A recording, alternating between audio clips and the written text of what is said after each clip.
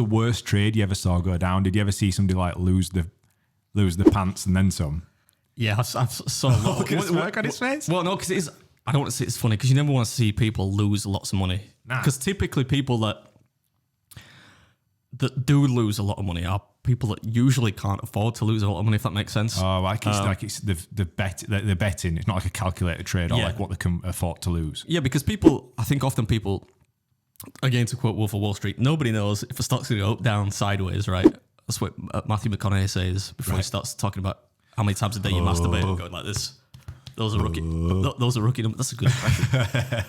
That's going to be us when we go down to London next week after we've had a few G&Ts. I'm well excited to go down to London again. Well, that makes one of us. Anyway, so I see.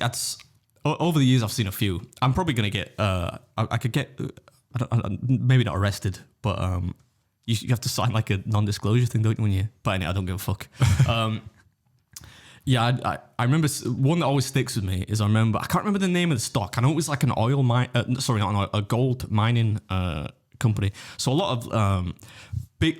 If you want to make like a big win, right, on the stock exchange, it'll normally be. No, this is not a tip. This is, if anything, it's a tip not to try and do it. I thought we were going to make some money then. But some people invest in. I mentioned the AIM market right earlier on, which is AIM market. AIM, alternative investment market. So companies that aren't big enough or don't meet all the criteria to be listed on the FTSE, right? Yeah.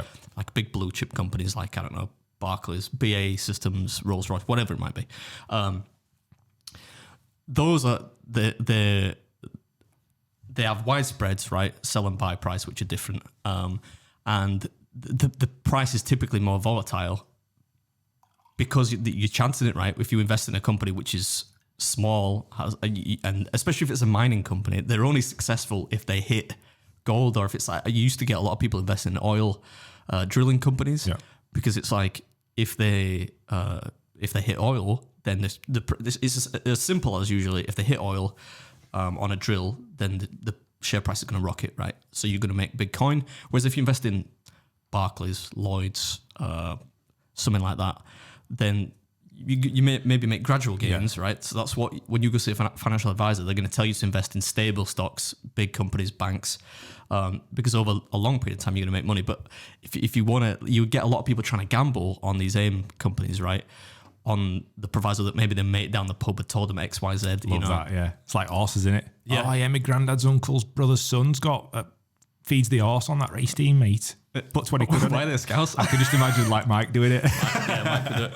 R.I.P. Mike. But I remember one, and I felt so bad because it was the circumstances of it. I don't remember what company it was. I know it was a gold mining company, so it could have been like Oxus Gold. I don't even know if they still exist. I'm just trying to pluck names of companies out. There's another one called Central Rand Gold. Could have been that. I don't remember, but this was when I was actually placing trades. So before I was actually managing teams of people, I was just a run on the phone. I'd be placing trades for people, and I'm calling at like market closes at 4:30, right? And I'm calling at like, I want to say 23 minutes past 4, right? And so you got to wang them through security, what's your date of birth, what's this and that, but I'm reasonably efficient at what I'm doing. So I get through security, and he's like, I want to put 80,000 quid into one of this gold company, a gold mining company or precious metals mining company. So it's maybe when I place this trade, it's maybe 2 minutes or 3 minutes before the market closes. And he's telling me that, I remember him saying to me, he's an oldish bloke, and he's like, yeah, little birdie told me that this share price is gonna go through the roof tomorrow. So get this trade done, Adam, get it done. I'm like, all right, mate. He's like, yeah. Well, as long as the wife doesn't find out, it's not like my life savings. This, but yeah, you put. I'm like, okay, all right. So you get a deal referral for anything over. You have to fill out a form for anything over like 50 grand or something like that. It used to be that anyway. So I get it done, and it's literally about 29 minutes. The market is literally about to close. Yeah. Place is trade from. There's your deal confirmation. So, have a good day. And the next day, just out of interest, because it was a big trade, I'll look at what's happening with the stock, and it's lost I can't remember what had happened specifically, but something had gone wrong with this day gold. They'd not found gold or whatever it was, and it had lost like 80% of its value, or maybe even more, 80-90% overnight. So what he'd invested 80,000 quid, and it was now worth like 8 grand. Shit. Overnight. So if he had got through to somebody on the phone, somebody placing trades who was not as efficient as me, he would have.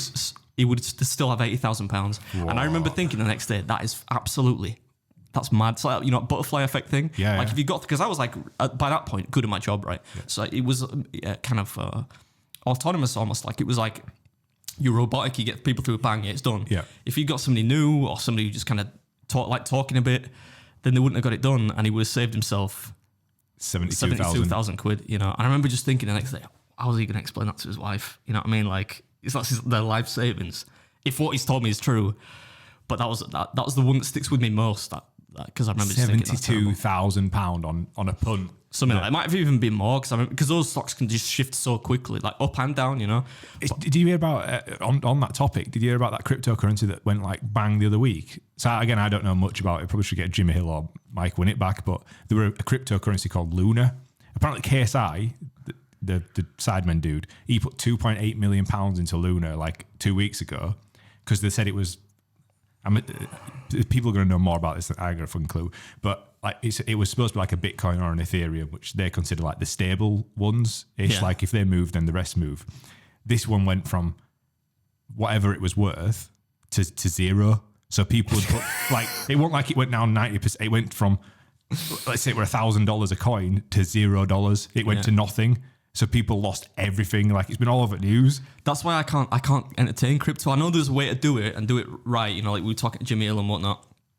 Thanks for the refill of Breaking Beans, by the way, available right now. Because there's no underlying. There's something underlying there which creates the value, right? But with a stock, there is an underlying asset and an activity that you can not necessarily predict. But I know that if there used to be oil companies all the time who would put on this RNS feed to be like, right, we found potential for oil here, right? And then you'd be thinking, right, so the risk is if it's BS and they don't find oil, then the price is going to go down. So there's something tangible you can make a decision based on. Yeah. And if it's a more stable stock like a bank, okay, if they get a bunch of these fines for doing X, Y, Z, the stock price is going to go down, investor confidence goes down, etc. But with crypto, it's like, you know, it's like McConaughey says, it's fugazi. It's like Fugazi. Yeah, it's not. There's nothing tangible about it, so you can't. It's just a guess. So okay, I guess KSI can probably afford to lose 3 million quid. But a lot of people can anybody afford to lose £3 million? Well, he probably can, right? I don't know. Didn't we see his car in London or something? Anyway. But most people that are investing in crypto now are people that have no business investing in it because they're trying to get that, like, I want to put in 500 quid and make 5 million quid.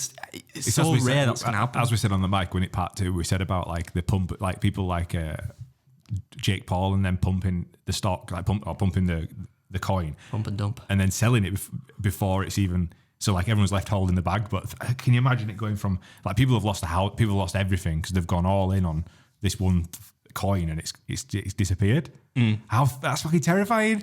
Well, you should know better than to get involved in it. Not that I don't have sympathy, but I mean, don't get involved with stuff. I mean, it's even risky getting involved in stocks. Are risky, you know. Oh yeah, because like you invest something and then it could be if you have cash.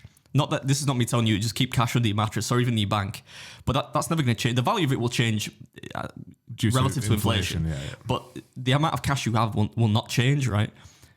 If you have a stock, it could vastly change, and the hope is that it goes up, but it's not. It's never a guarantee.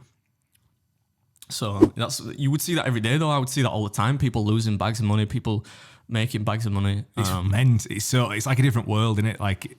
Yeah, I can't even imagine seeing that going down every day.